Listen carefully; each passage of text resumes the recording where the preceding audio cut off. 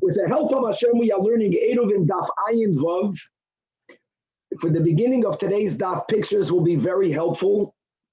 The last din that we learned yesterday together on Daf Ayin Heyomid Beis is the concept that when houses were built, as they were evidently in a way where they were not only touching each other, adjacent to each other, but it was common that members of one house would mamish walk through some of their neighbor's house in order to get out into the yard, rendering that house for them into, so to say, a beishar, a gatehouse, and that brings about leniencies when it comes to eruvin chatzeros.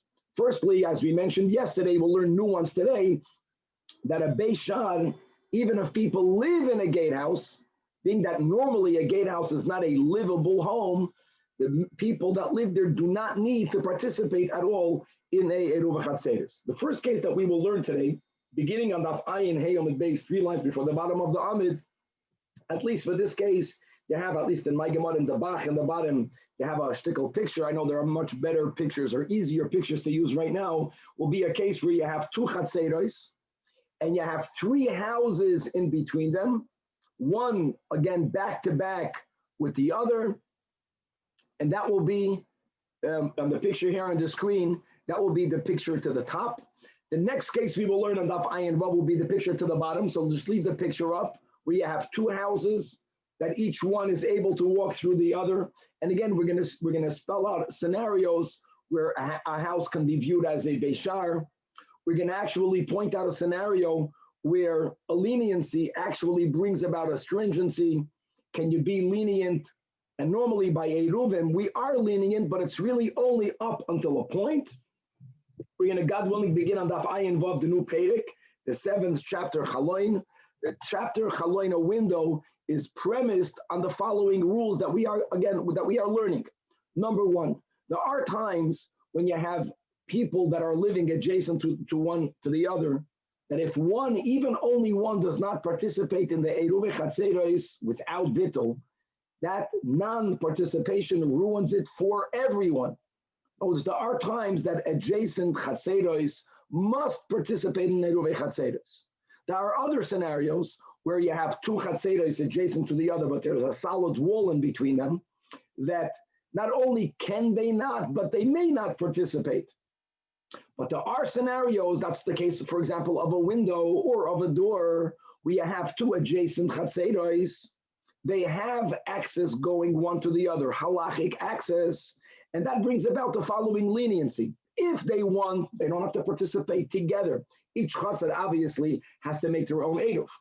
But since there is a large enough of a chaloin, therefore we say that if they want, they are able to participate one with the other. That will be the Mishnah.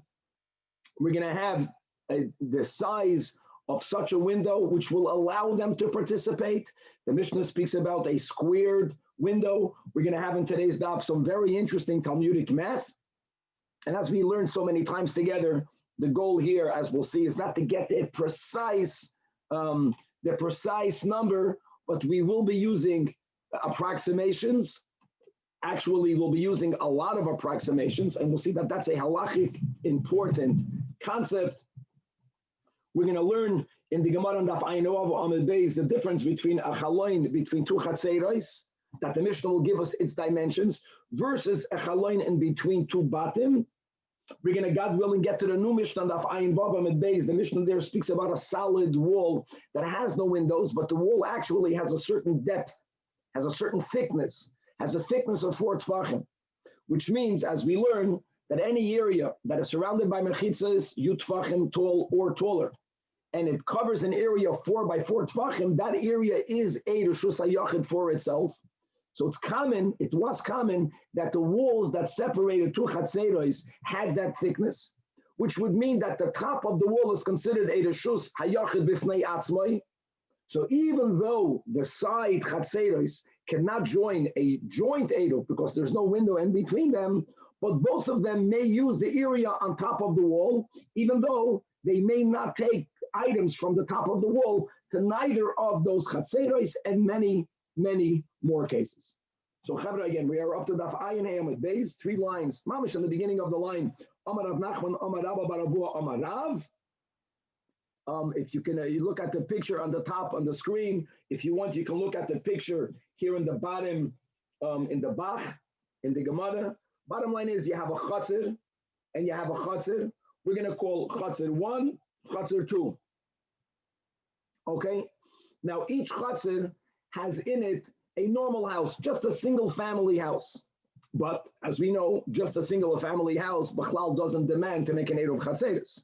There is the second house. But this second house, in the first case of the Gemara, is actually a 3-runged house. It's 3 families. The Ikid is it's 3 separate houses. They're not separated physically, but they have walls connecting them. And not only that, but whether there's a door or whether there's a window, people from one house have access to go through their neighboring house. So let's read it inside. Beis Chatzeros and the Gimel Batim Beinayim. Now, the middle house doesn't go directly to neither Chatzir, but the side houses, the outer houses, each one enters into another Chatzir. First of all, as you can see in this picture, get used to these pictures, every Chatzir has 2 houses opening directly to it, right? Chatzir Aleph, Chatzir 1 has its standalone house, and then it has, let's say, house A of this line of houses, and Chatzir 2 has its own house, and it has house C, and house B is in the middle. So the Gemara now is going to paint a leniency. Yes, every chatzah needs to make an Eruv Chatzeros, and normally everyone has to participate in the Eruv Chatzeros other than the house in which the Eruv Chatzeros is being placed. If the Eruv is going to be placed in the middle house, in house B, as you can see over there, a picture with the breads in the middle house, it's going to come out that none of these 3 houses that are together, none of them will actually have to give bread for the Eruv. Every chatzar has to have Eruv Chatzeros. But the only ones who will have to contribute towards the Eruv is the standalone houses, says the Gemara. If you want zeh, but derech zeh, the noisen and ruvi bazeh. Zeh meaning the person who lives in chatzar 1 can, the standalone house, he will be the one that contributing the bread. It's almost like a good eitzah. Don't place the bread in the house that opens directly into your chatzar. Don't do that. Place the bread in the middle house, walking through the house that opens up into your chatzar. And do the same thing in the opposite direction. The standalone house in chatzar 2, should walk through house C. Shouldn't place the bread in house C, even though house C is the one that opens up. But Narvas then v'noisen and Ruve also in house B. What was accomplished right now? The moment someone is using a house as a passageway, as far as house B is concerned, which is the house in which you're placing the Eruv, house B uses house A and uses house C for his walkway. As far as from his perspective, it's only a Beishar. A Beishar does not need to participate with any Eruv. Furthermore, house B, which is the house in which the Eruv is placed, that we already learned that rule, that the house in which the Eruv is going to be a house stored doesn't have to give any food either.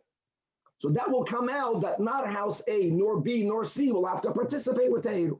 Yes, every chatzar has an Eruv. Every standalone house will have to give bread, but only that house has to give bread and no others. Top ayin vav. Explaining the Gemara why indeed that's so.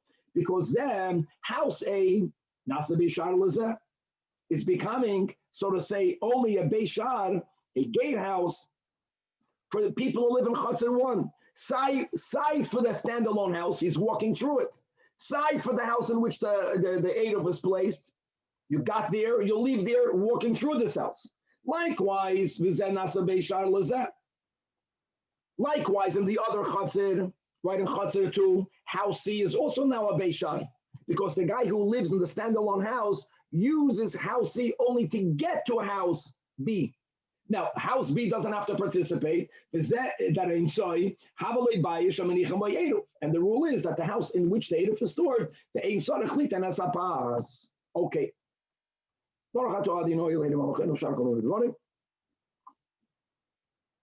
So this is the second case, the one we learned yesterday, and now we began today. Again, you learning, applying, based on the din that a Beis Shar is not considered a Makom Dira or a Beis Dira, even if people live there. And it's so easy for Hilchas Eruvin to render a house into a Beis Shar that we can use this as a leniency to circumvent the need of that house, which became a Beis Shar for others, to have to participate in an Eruv. Okay, so we're very lenient. And now we're going to push the leniency, we will see until how far. Says the Gemara, the end of the third line from the top of the Amud. Badik luhu rachava l'rabbanan. That's an expression that we have every now and then, that when someone is farheading the others, here rachava is testing, he's being boidik, whether the chachamim have enough of an understanding of the dinim of Eruvin by asking them the following case. Not 3 houses adjacent to each other, but only 2 houses. Beis chatzeros ubeis batim beineim. So again, you have Chatzer Aleph. Chatzer Aleph has one standalone house, but the other house, which is on the other side of the Chatzer, is back to back. All right, again, two houses. Look inside the picture, and one can have access to the other through itself. That means the one just here on the screen, the house in the right can get to the Chatzer to the left by walking through the house to its side, and vice versa. So now asks Rechavam,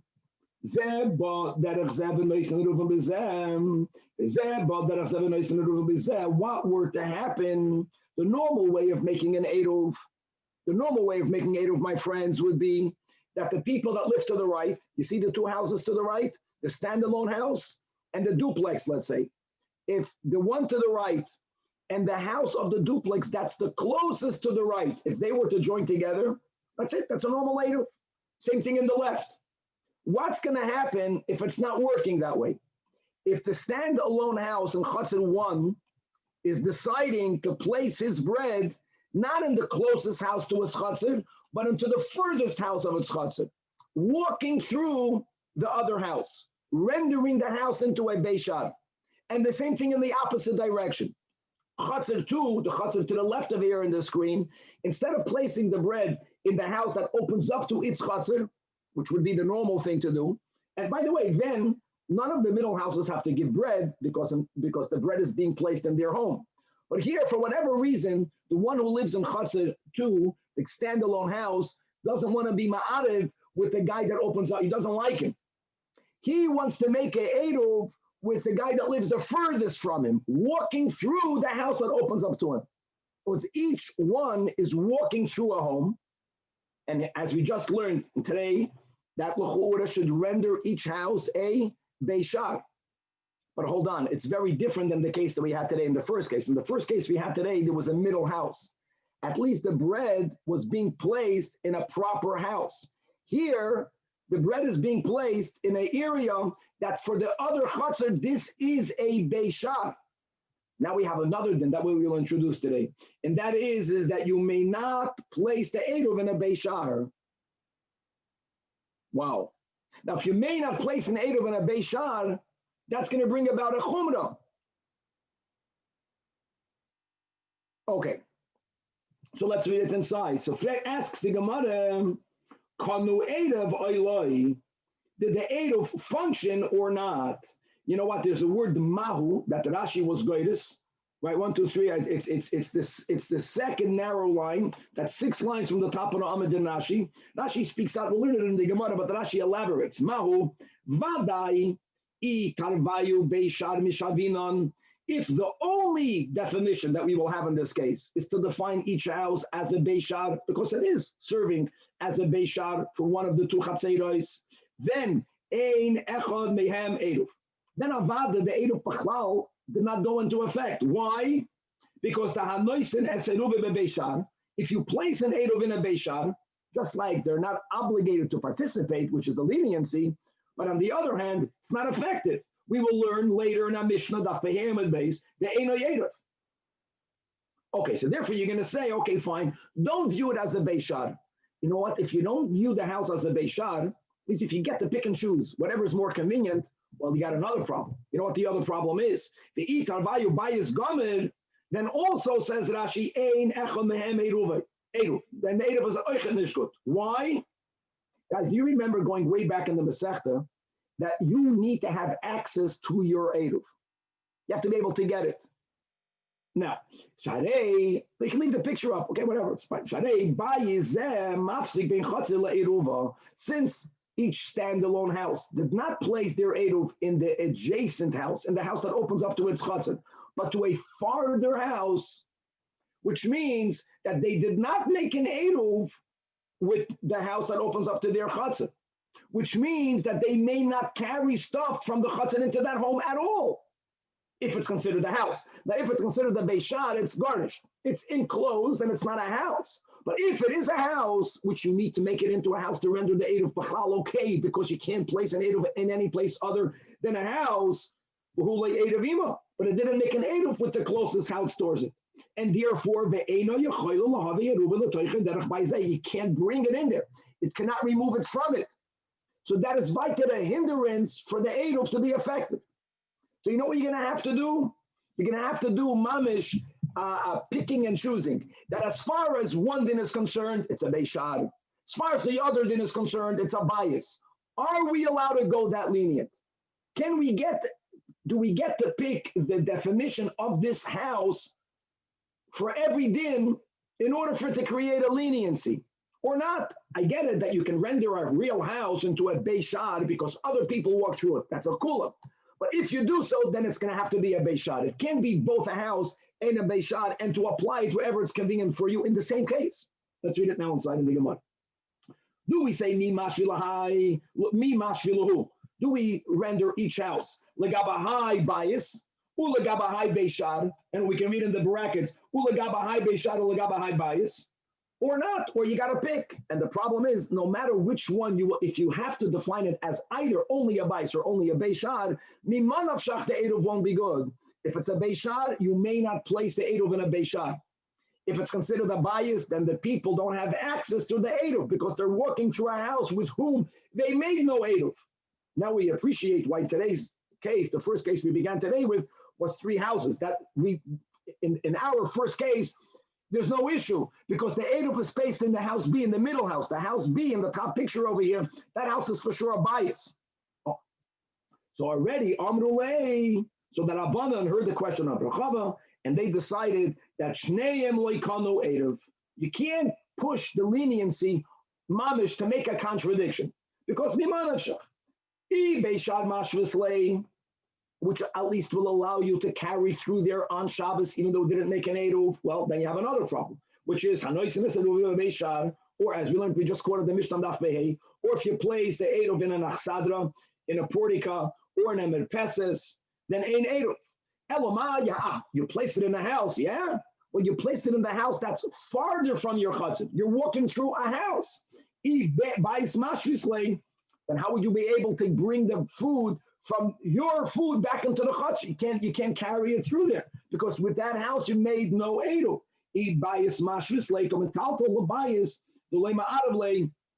And you can't get it both ways. Okay, so asks the Gemara, hold on, didn't we find another case in ERUVIN because of the fact that by ERUVIN we could rule leniently that we do get to apply a double-sided leniency, picking and choosing wherever it's most convenient in the same case. And where was that? Umayshna, from the case that we learned from Rava. Now Rava was speaking about a case of ERUVIN Techumen. The Amar Rava, Amru Loi Shnayim, Seva Arev Aleinu. If there were 2 people that wanted to establish an Eruv Techumen, each one in a different location, and they're not being ma'arev beraglayim. They are being ma'arev by appointing a shliach for the shliach to place the bread for them, and two different people, which are making an eruv tchumen in two different locations, appointed the same shliach. That's the case over here. Now, this one person went to one location, put the eruv tchumen down, then he went to another location. But says Rava, the case was that le'echad eirav olav mi'ba'adyim. He actually put it down before bein hashmashes, which is ideally when you should be placing it. But to the other one, I mean, he was working for two people. You can't do two things at the same time. They were in two different locations. By the time he got to the second location, it was already in the beginning of bein hashmashes. Now, what is bein hashmashes? It's a suffix. Now, normally you get to be lenient. Since we want for the eruv to go into effect before bein hashmashes, so we can say over here, you know what? If he placed it bein hashmashes, bein hashmashes is still yoim. We get to do that for eruv tchumen. But here it's one person placing two eruvim with another important detail. His eruv was already consumed by bein hashmashes. And if the eruv did not yet go into effect, then it wasn't in the world, then it won't be effective. At least when he placed it, it was there. So what did we learn above? Akula, that shneim kanu eruv. Why shneim kanu eruv? Because since bein hashmashes is a suffix, and since tchumen, whether it is eruv tchumen, whether it is eruv chatzeros, is a derabanan, and we always apply the suffix to the vrem lahakel, and therefore we can say by each case, whatever is more lenient.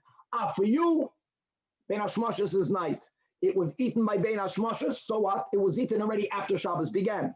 For you, bein hashmashes is day, so you place it by day. It was only eaten later at night. We are allowed to pick and choose and apply in every case that happened by this through the same shliach, whatever brings about the kula. So why would we not be allowed to say it over here? Answers the Gemara, Hachiyashta, you cannot compare these two cases. Over there, suffix, the whole idea of bein hashmashes, suffix yamama v'suffix laila. And therefore says the Gemara lo yiminkara milsa. It's not discernible. Rashi, around 6 lines before the end of the Pedic, says, v'leihavu mile derabanan kichucha v'itlula. Even when the Beis Din is paskening for each one a leniency, it's not apparent that you're making a mockery. Because actually, bein hashmashes is a time where we don't know whether it's day or night. The psak din that they gave to each one separately could work. Other Rishonim add even more. They add that it could be that it goes from day to night sometime in middle of bein hashmashes. So when they paskened, they actually gave an accurate psak din that would work for both. Maybe the bein hashmashes for the one was taka day, and the bein hashmashes when the other one was for night. It's zikr not apparent that you're making a stira, you're not contradicting yourself in the same physical case. But over here, we're speaking not about a time, which is a non-tangible. We're speaking about a physical home. The eruv is in these middle homes. What is the definition of this home? Is it a bias? Is it a beishar? You can't get to say it's whatever it's more convenient in the same physical place. It makes a mockery of the din of the rabbanon. Bias, then you have to say legabahai bias. Legabahai beishar, then you have to be consistent legabahai beishar. Legabenami beishar. And not doing so will make it into a mockery. And like Rashi writes at the end of the Pedic, and the Tzedukim, those who are not yet accepting the divinity of the Torah Shebal Peh will say, aha, you see, it doesn't make sense. So ad kedei kach, to be lenient in the same case, to rule for each chatzir, whatever works better. For you, this is a bias. For you, that's a beishad. That's something that we may not do. So we are upholding the response that the Chachamim gave to the Bedika, to the Farher of Rechava. And on that we say, Hadran Allah Hadar, we will return to you, Pedic Hadar. Now we're starting with the new Pedic, with the 7th chapter, continuing with the Sugya of Eruv Chatzeros. As we spoke out in the introduction, we already learned a lot about this case, but now we're going to go into it in greater detail. In one Chatzed, everyone must participate. If there are two separate chatzeros, even though they're physically touching each other, if there is no access, halachic access from one to the other, they don't even have an option to all join together. But if you have adjacent properties and there is a window we'll see exactly the minimum opening of the window. There is a certain point where we say, they're still separated. They don't have to join, but if they opt, if they want, they may join together. That's what we're looking for. Says the Holy Mishnah. If you have a window that's in between two chatzeres, now the wall, just to make it clear, has to have at least 10 tfachim height. A wall that is not high 10 tfachim, b'chlal is not considered a wall, and if it's b'chlal not considered a wall, then houses of both sides of both chatzeres must join in the eruv. But you did have a wall. Elama, in the wall there is a window. What is the minimum size that halacha says? That this window is like a Pesach. If it's daled, that's really arba'ah with a hey at the end, 4 tfachim by 4 tfachim. B'soich hasara. Now this b'soich hasara will become clearer as we read on. B'soich hasara means it's in the 10 amas from the ground. Now just to point out, does all of it have to be in the 10? Does only tfachim, not amas, tfachim. I'm sorry? I said amas, I'm sorry. Everything is 10 tfachim. The wall, it needs a height of 10 tfachim, like we learned it in the whole Masechta Shabbos. A mechitzos of 10 tfachim. If the opening is 4 tfachim by 4 tfachim, as it will become clear, even if only a drop of it is betoich 10 tfachim, asara, not eser, then you get to do whatever you want. That's the sweet place you want to be in. Either ma'arvin shnayim, it's not considered a breach. It's not considered one chatzet. They can choose still to make separate eruv chatzeres. But the beauty is that the imratzu ma'arvin echot. That's because they have a proper opening. However, now the Mishnah speaks out the opposite side. That's to shed light in exactly where was this window placed, as the Gemara will point out. If the opening of the window is less than 4 by 4, the Gemara will say, or all of it is above 10. No part of the window is within 10 tfachim. Now, that window is not considered a window. Make believe the whole wall is only 10 tfachim tall. So everything above it is one big window. Doesn't matter. A wall of 10 tfachim, that is considered a mechitza. Therefore, ma'arvin shnayim, ve'ei ma'arvin echad. Begins the Gemara. Why do we get this shiur of 4 by 4? Maybe this is connected. Rabbi? Yes. Just a general question, following up on what we just learned, where we said that the house is either a house or it's a base shiur. You can't have it being both, correct, right? Because it's either one or the other. How can we have this wall window saying it's both? It could either be a wall or it could be a window. Isn't that the same concept that we just learned that we said was problematic? We're saying it's an opening. It's a Pesach. Not either. It's a Pesach. What does a Pesach accomplish? The meaning of a Pesach is not that there is no wall. Actually, this fits with everything we learned earlier on in the Masechta. We learned before that if there's a pirza, that wall doesn't count, right? If you have an opening in a wall, even in a chutzner, as long as it's not bigger than 10 amas, we'll learn about this in the next Mishnah, God willing, we'll get there today. As long as the wall is there, the wall separates. The din is that since there is a halachic Pesach, if they want, they may join together. Okay, says the Gemara, why 4 by 4 tfachim? Is this lavud?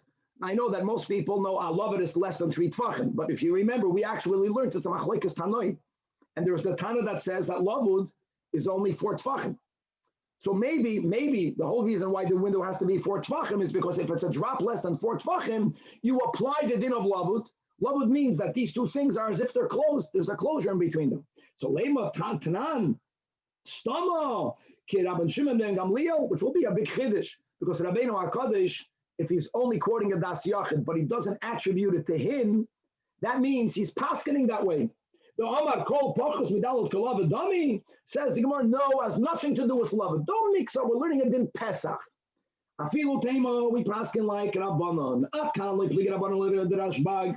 Elalein Levudin, which is the plural for lavud, that an opening that's less than 3 is considered as if it is closed. Yeah, there, 3 or 4 is the cutoff point. Avalein and Pischa, that's the din of our Mishnah. A Pesach gives you the option to join. I feel it Rabbanan Moidi, that only if it's 4 by 4 tfachim or more, that's chashuv as a Pesach, and if not, loy chashuv. Okay. Just to appreciate, you can make 4 by 4 with your own tfachim. A Pesach, it's a chiddush. It makes sense. Less than that, I don't know how people fit through 4x4, but the Chazal determined that, yeah, indeed, 4x4 is already considered a halachic opening. Now, the Mishnah spoke out both sides. The Pachus Midala, the Mishnah in the Sefer repeats. The whole repetition is extra because it could be inferred from the Nesha. In other words, the Mishnah says, Dal Dal Dalin b'toich haTorah ma'arvin. So we understand that if it's not that, you can't be ma'arv.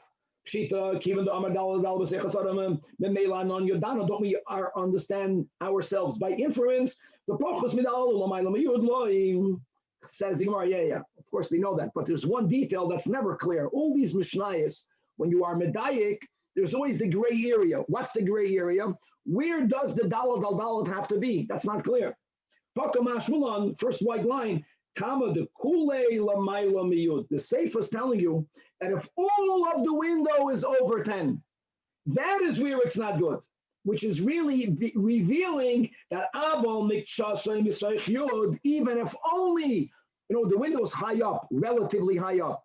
The lowest part of the opening of the window is within 10 tfachim, a sliver, a mashu. It's showing good. That's good. Ma'arvin shnayim v'imrotzim ma'arvin echad. No, when is the window not effective? If all of it is l'mayla miyud, that's why the Mishnah never spoke it out so clearly, but that's why the Mishnah repeated itself in the Sefer, and now says the Gemara, this will authenticate. Now we see that the Tana of our Mishnah and the Tana of the Braisa that speaks it out clearly are of the same opinion. Where it says in a Braisa, Kula, you guys have to put on your thinking cap. Kula does not mean Kula. Kula means almost Kula. Kula l'mayla miyud, as you see from the next word. If almost all of it is a mayla miyud, as long as just a little bit, here is where you apply the reish of our Mishnah. Or even more, Kula b'toich yud. That avada and then ma'arvin either or. You have this leniency. Either shnayim, you can join together. You can separate, and the imrotzu echad.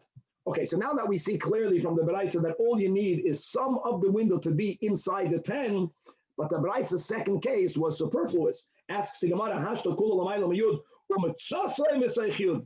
As long as just a little is within 10, we said ma'arvin shnayim v'imrotzu ma'arvin echad. So avadem, if the window is even lower, making the access from one to the other easier, kula misaychiyud. Of course, that's effective to give you the either or option. So the Gemara says you should know this is the way Tanoim are mesader the halachas. It's called zu the ein sarach loimer zuktunim. Yeah, sometimes the Seder is you're right, the greater novelty, and the Braisa says ubemela, and we speak it out. It's not even necessary to tell you that which is less novel, which is that more of the window is within the 10. Okay. Well, guys, the next couple of lines in the Gemara, going to the Ayin Vav and Beis, don't be intimidated. It's a very simple concept. All right, and the guys, you have to remember that the math. Okay, you can leave it up. Good. The math over here, as Tosfos points out, pi. Every time you learn about pi, that the diameter to the circumference of a circle is a third. We know it's not exactly a third. Just to say what those words means. When you have a circle. And if you are measuring across the diameter of a circle, let's say if it measures into 1 tefach, so if you were to take a string and put it on the circumference to see how much, and then to open up that string, how big will it be? Really, it would be 3.14 times larger. Chazal rounded off, they approximate. Okay, the Mishnah speaks about 4x4. So says Rabbi Yechanan, 3 lines from the bottom, Chaloy Nogel. Okay, how large does a round window have to be for us to apply the same din of a Pesach, which gives you the options either way? Boom. You measure the circumference, and if it measures to 24 tfachim, ooh, that window is large enough. With another detail, what did we just learn? That some of the opening, just some, has to be within 10. So he says when it's a square, how much of the window has to be b'sayich hasara? We said a sliver, because everything is a box, a little horizontal line. If it's a circle, says Rabbi Yechanan, a sliver won't be enough. You have to have 2 tfachim and a drop that are going to be under 10 in order she'im yarbe'enu nimtza mashu b'seichut. Now, the Gemara here is not going to go into the math, the Talmudic math, as to why 2 and a little. How did you get to 2? We're not going to focus on that. The Gemara doesn't focus on that. The Gemara is going to focus on the first statement of Rabbi Yechanan here, and that is, how do you get to 24? Let me just say this by heart, guys. Guys, it's very simple. If you have a 4x4 ribua window, 4x4, which is what the Mishnah said. So instead of it being a square, make it into a circle. What will be the widest line of the circle? 4 tfachim. If it's round, so using the formula of pi, approximately times 3. So if the diameter, my friends, is 4 tfachim, how wide will the circumference be? 12. So l'chora Rabbi Yechanan should have said 12. And if you measure the circumference of a window and it's 12 tfachim, that's equivalent to a box that's 4. Because indeed, the diameter, the widest part of the circle, will be 4 tfachim. So how did he get him to 24? He gave a double. The last line of the Amid, Kol sheyesh b'kefer shloisha tfachim. Yesh b'berach by approximately a tefach. So since the Mishnah speaks about 4 tfachim, okay, use pi, the approximate pi, but today's sagya, then Rabbi Yechanan should have said that the circumference of the circle has to total 12 tfachim, not 24. Daf ayin vav amid beis. So the Gemara goes through a couple of steps. Step number 1 is hanamili, that what? That we use the formula of pi. That's when you have a igula, that's when you are measuring a circle. But guys, a window, if you're simply going to have a window that is circular, that its diameter, the widest part is 4 tfachim, think about it. That opening is nowhere near the total area as an opening of a box. A box will have a larger opening. So you can't simply substitute the Mishnah's box, the Mishnah square, to Rabbi Yechanan circle by only measuring the widest part of the circle. That circle's opening will be much smaller. You have to add the circumference. You have to add the space, including the diameter of the circle, for it to have the sum total same amount of space as you have in the box. That's step number 1. But since here you need ribua b'inon tfei, in other words, a perimeter of a square is more than 3 times its width. So you have to add to it. Okay, so Mark, I get it, accept that.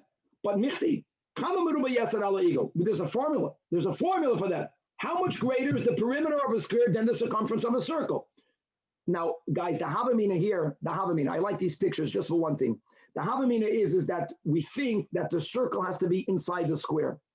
I know that this picture, for some reason, they didn't put it up here, but you see the picture, leave the picture on the screen, the picture to the top right. Here, actually, the circle is outside the square. The Havamina now is that the circle is inscribed in the square. So when you put a circle in the square, how much larger is the square? How much more total area space? Because if the circle is in the square and all of the edges, some will be not included in the circle, yes, included in the square. And the rule is a quarter. There's a ratio. It's called a ratio of 4 to 1.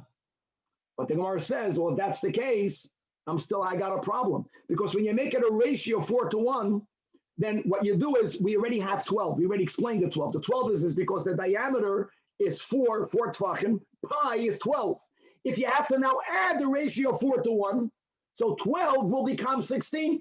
That's it. Actually, by a box, it's simple. So you have 16. So the total, so I get it. So for the circle to be enclosing a total area equal a box, the circumference will have to be 16, not 24. B'shitzar sagio. So the Gemara goes to the next step. Let me tell you your mistake. Your mistake is that you placed a circle within the square. Then 16 is correct.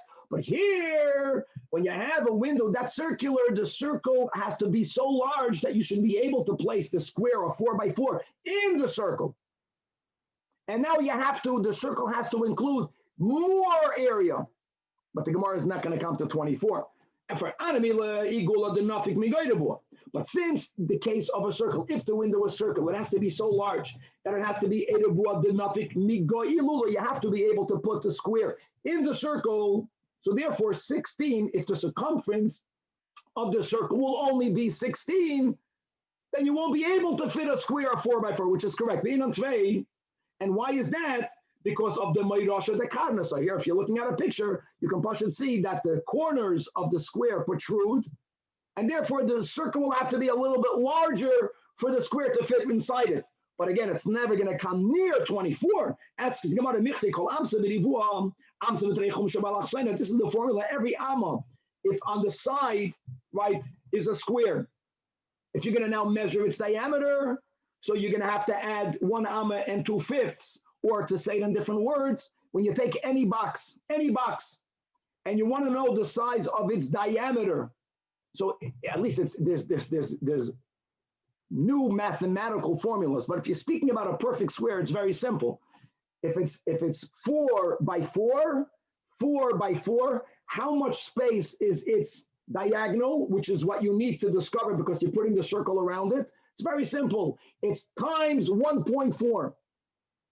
So you should just know that if you have a 4 by 4 box, guys, I don't know if you went to school for this, how large will be the diameter? I'll tell you how large. 5.6 tfachim. 4 by 4 is if you measure it straight. If you go to the diagonal using this formula, it's 5.6. Now, guys, halk up. Simple. If you have a box that the largest part of it is apart from the other, the greatest diameter, which is the diagonal, is 5.6. Let's make a circle around it. How much is pi? Times 3. Guys, who knows? 5 times 6 times 3 is how much? 16.8. So you only have 16.8. So Rabbi Yochanan should have said, even if you have to put the box in the circle, that the circumference of the chaloin, that circular, should be 16.8. Mainly you can round it off to 17. How did you get to 24? That's the kasha. Read it inside. So 17 minus 1/5, which is 16.8. Mamish, if you have a chaloin of a square, arba, the largest part within it, which is the diagonal, following this formula, is 5.6. Okay, times 3, which is pi. Answers the Gemara that Rabbi Yochanan Amar, like the Dayan and Paskin in Kesari, or like the Chacham and Paskin in Kesari, that said 2 statements. The first one is not to get to our final question, but it's similar to what we had above, which is when you put a circle within a square, then the ratio will be how much more of area will the square occupy a fourth. That's what we call the 4:3 ratio. Not the gear right now. We're back to our question. It should have been 16.8. But then they said that when you put a square inside a circle, wow, halga, oigavalt. Halga means that it's going to be smaller by a half than the circumference of the circle. Or to say it in other words, the circle has to be 1.5 times larger, 1.5 times larger than the perimeter of the square.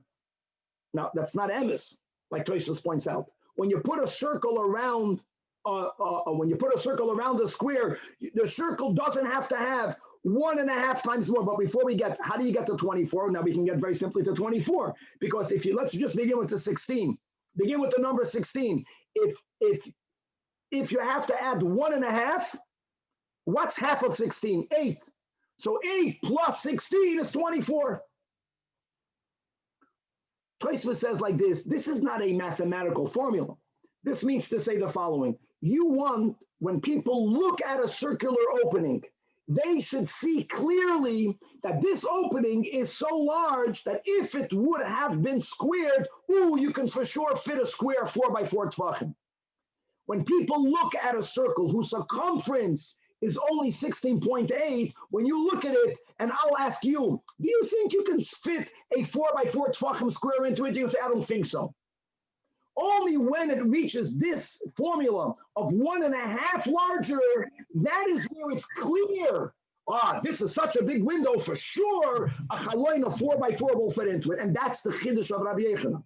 That when you have a circular window, even though, again, generally we're lenient by ERUVIN, But it's not enough for you to make the exact formulation mathematically and say, as long as the circle has within it the same area of a 4x4 box, you're good. We don't say that.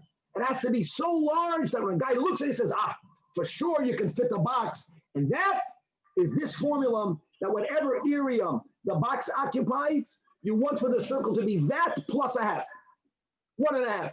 So Rabbi, why are you drawing the square in the circle or outside the circle? Why don't you just draw it on the circle and you'll have the same size? Well, actually, right now, very good, Samach. It's by the maskana, that's exactly what we do, Samach. You know, the cheshbon that we just made is so good what you said. If you would put the circle around this box, which is what we had in the second to last step, then we came to a circumference, like it's simple, diagonal is 5.4, times 3 is 16.8. But we're not going there. We're saying, no, b'diuk. The total area of a 4x4, the total area is 16. Okay. So if you want to have an opening which totals 16 tfachim, the circle has to be 1.5 that size. The 1.5 is take the diagonal. 1.5. No, I'm sorry. 16. How much is half of 16? 8. Take 8 and add it to the 16. So when you have a circumference, that's the circle on the square, not in, not without. Mamish, like you just said. This is not emes. In other words, a circle of 16.8 will be more than enough to have a box in it. But we're not looking to do that. We're looking for it to be apparent to the observer. That window, that's a 4x4 square. Okay, let's go back to Chavis. Watch it late.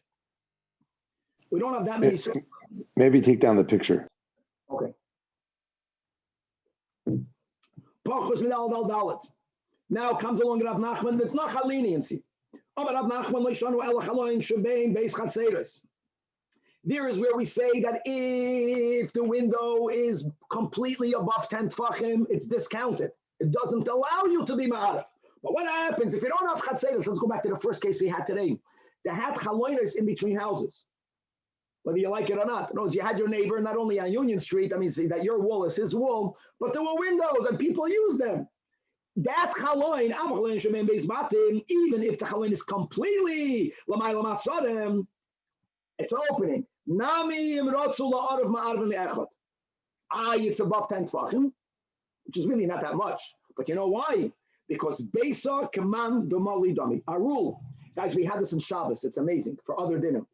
That since people, sometimes they store things in a house. We look at the inside space of the house as if it's filled. So it has to be within 10 tfachim from the ground. Well, who says the ground is where the ground is? Maybe the chacham, maybe the balabais is going to put stuff on the ground and he will be stepping on top of it. Then the chalain is going to be within 10 tfachim from the ground. So we always view the house as if it is filled. On that, hold on. It says in a brayso that echadli means, that's an interesting expression. To me, it's the same. To me, it's the same whether, it says clearly, echaloin is in between two chatzeros. Ve'echadli chaloin shebein beis batim. Seemingly is not like Rav Nachman. Ve'echadli chaloin that's in between two aliyahs, two attics. Ve'echadli chaloin shebein beis gagin. This is all following the shita, not Rav Shimon. This is the chachamim that say that between any two reshuyas hayachid, if they don't belong to the same person, you got to put an eruv. Here again, could they join if there's a wall with a window? You have in the same home, you have two chadarim, guys. We learned above, if it's a proper cheder with a proper wall, different families, so then they're separate. But if there's a window, kulam, they all have the same rule. Now there are two rules here. Number one is that the opening, if it's a square, has to be 4x4. And number two, we don't need the pictures. And number two has to be a Hassan. Rav Nachman says that only b'toich chasara is only b'beis chatzeros. So the Gemara Rav Nachman says, no, that brayso does not refute me, because Targuma, I will say that this statement only goes on the chatzeros. The Gemara says, what are you talking about? He says, yeah, that goes on the dalad al dalad. The din that if an opening is less than dalad al dalad, it's not called a Pesach, even though people can pass a little plate through it, but that's not called a Pesach. That is where the Brayso is saying that is the same for Chatzeros, for Batim, for Gagin, for Aliyahs, for Chadarim. But for the detail of it has to be B'Sei Chasara, that only goes on Chatzeros. Okay, now, what happens if you have a lulav pasuch min bayis la'aliyah? You have a downstairs family and you have an upstairs family. How did the upstairs family get there? There was an option, not outdoor steps, but in middle of the room downstairs, in the middle of your dining room, you have a hole in the roof. You have a hole in the roof, and when they put a ladder there, you were able to get from the ground to go through what's that called? It's called a trapdoor. In other words, for the guy downstairs, the Pesach is not on the wall on the side, it's on the ceiling. And for the guy that lives in the Aliyah, the opening is on the floor. Now here, the roof is for sure 10 tefachim, well, not for sure, but it's normal, that's more than 10 tefachim. If not for Rav Nachman, well, that is not considered a Pesach. But now that Rav Nachman said that you look at a home as if it's full, so if that's the case, can we even apply it to when the opening is in the middle of the room? And there's a big difference, because Mela, the case before was when there's a neighboring house, when people actually store things in their home and they fill up their homes, it's more common for them to do it on the side of the room. You put furniture on the wall. So then you have a higher ground, so the chaloin becomes within 10. Do you do the same thing in the middle of a room? In other words, sulam kavua lati, right? If there's a sulam kavua, if there's always a ladder and it's always there, then of course that's considered a Pesach. Because as we'll learn dinim later, you can't say it's above 10 tefachim. Yeah, but there's a ladder there the whole time. But maybe based on Rav Nachman's leniency, in other words, the Gemara explains out the boya. When did Rav Nachman say that basis command the mali dami? Maybe that's only said minatzad. Minatzad means when the Pesach, when the chaloin is by the wall. Because taka people, when they fill up their homes, they first put things on the sides. But the emsa loy or loishna. So Amalei Rav Nachman responds leniently. You don't need a ladder. Now, what did he mean? Did he mean you don't need a ladder kavua, but you need a ladder adai? You know what that means, my friends? A ladder kavua means a ladder that's there 24/7. A ladder adai will mean a ladder that's there only for Shabbos, and they want to join an Eruv, if they want to join an Eruv. So Samur Mina Rab Abba understood that Rav Nachman's kula was only that sulam kavua the Ein Tzara. But at least sulam adai, that means if you want to make an Eruv between the Aliyah and the Bayis, on Shabbos you got to put the ladder.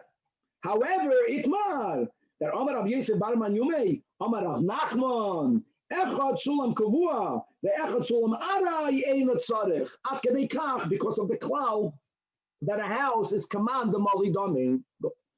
We'll just learn the Mishnah, easy Mishnah. Then we'll continue because I can't begin the Gemara because it's gonna open up. Let's learn the Mishnah. Says the Mishnah, Koisel shebein beis chatzeres, solid wall, no windows. But guys, if the wall is not asara metahei, it's 10 tefachim. Any wall that's not 10 tefachim, it's like a window that it's not a separation. It's 10 tefachim tall. There's no window. Now we're going to learn a detail that for the reisha is not negei. It's negei for the next clause. The roichev arba'a, a roichev here means the thickness. The thickness of the wall is 4 tefachim. Since there is no opening in between it, so the ma'arvin shnayim, every side has to make its own eruv. The ein ma'arvin echad, there is no chaloin. The wall is tall 10 tefachim. So why did we speak about the thickness? So now, okay, when you have such a wall, as we mentioned, the wall is thick 4 tefachim.